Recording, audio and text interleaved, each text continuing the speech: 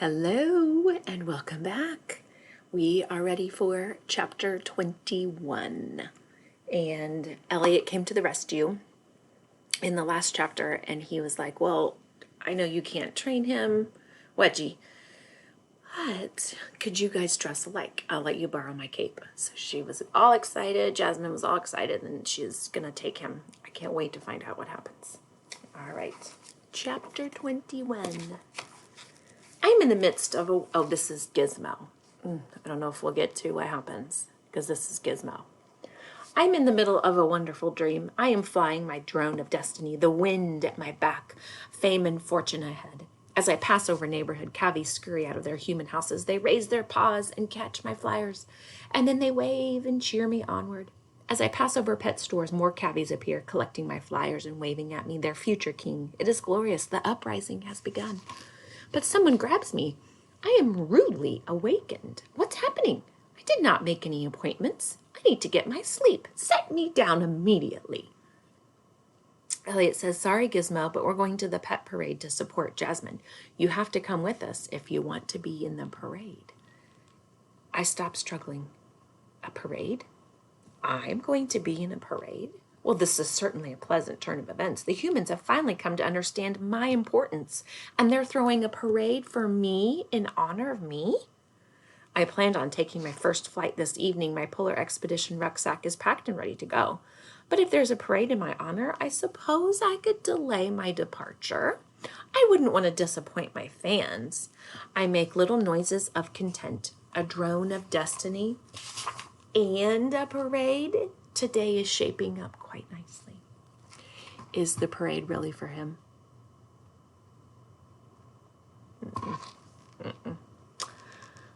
While I am King Gizmo, this parade will become an annual tradition, an official holiday. It will be televised so everyone can see me on my throne, high on a float, waving to the crowd. Show me your princess and your prince wave. You have to do it like real slow and like important. Like, okay, you have to go.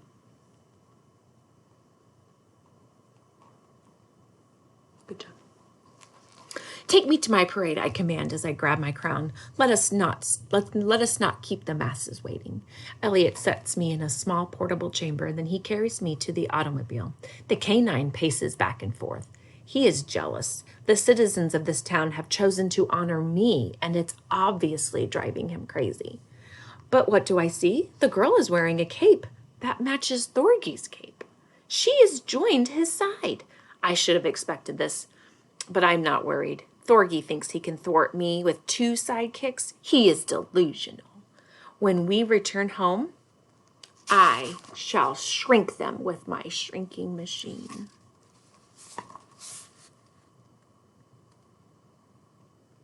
There he is, pretending that's his throne when he's king. And remember, the shrinking machine was the dryer.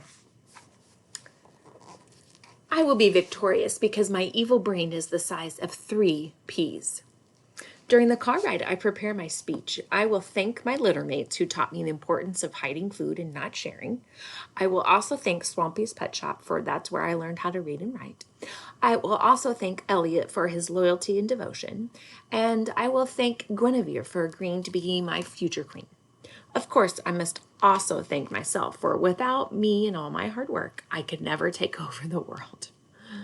Then I will need to tell the audience that they will need to eat a nutritious diet, treat themselves to a tasty marshmallow now and then, and take lots of naps because they too can also be an evil genius.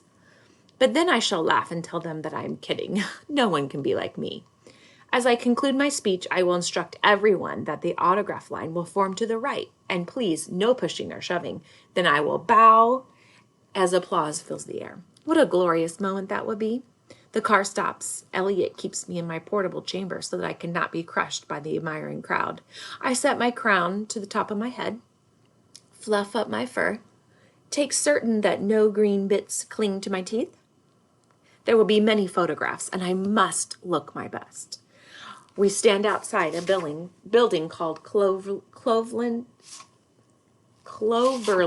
that was hard to say, elementary school. A banner hangs above the door. So here they are in the car.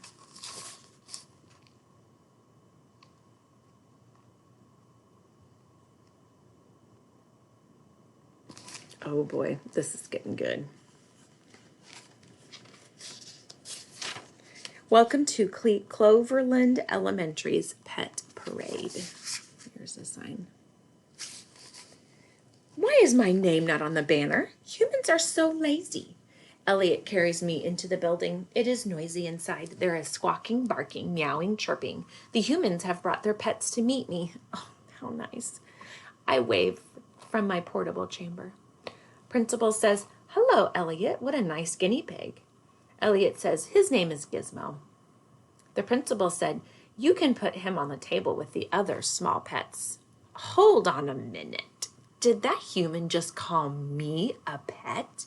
I am not a pet. I am an evil genius, and I'm supposed to be placed on the podium or a stage of some sort so I can give my speech before the parade commences. Where is my microphone? Where is my spotlight? Elliot walks along the table. I peer through the bars of my portable chamber. We pass a cage containing a white rat. The rat eyes eye me suspiciously. I admire rats. They are intelligent, and they carry plague, which is quite evil indeed. This particular rat might like to become one of my minions. I will discuss the details with him later. We pass a cage containing a pair of gerbils. They are giggling and hiding in a toilet paper roll. Gerbils are brainless creatures. I have no use for them. But then we come to a section of the table where all the cages contain guinea pigs. I gasp. Grasp the bars in my chamber. I have not seen other cavies since leaving Swampies. What a beautiful sight. Short-haired cavies, long-haired cavies, fat cavies, skinny cavies, cavies with spots, cavies without spots. Elliot sets me down and then walks away.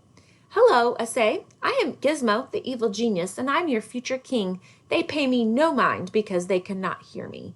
A parrot is squawking, pretty boy, and some dogs are barking. I squeak as loudly as I can.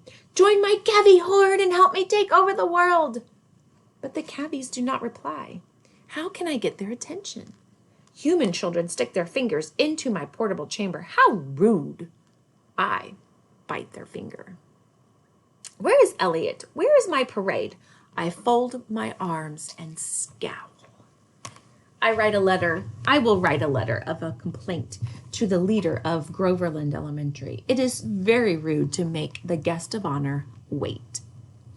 The door to my container opens and I see a spotted human hand. It reaches in and pulls me free.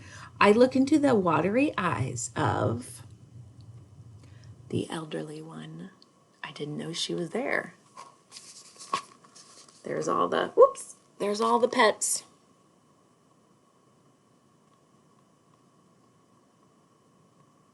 Seems quite chaotic there. Abuela says, "This came in the mail for you. They want me to return it, but it's yours. This'll teach them to think I'm crazy." What do you think she gave him?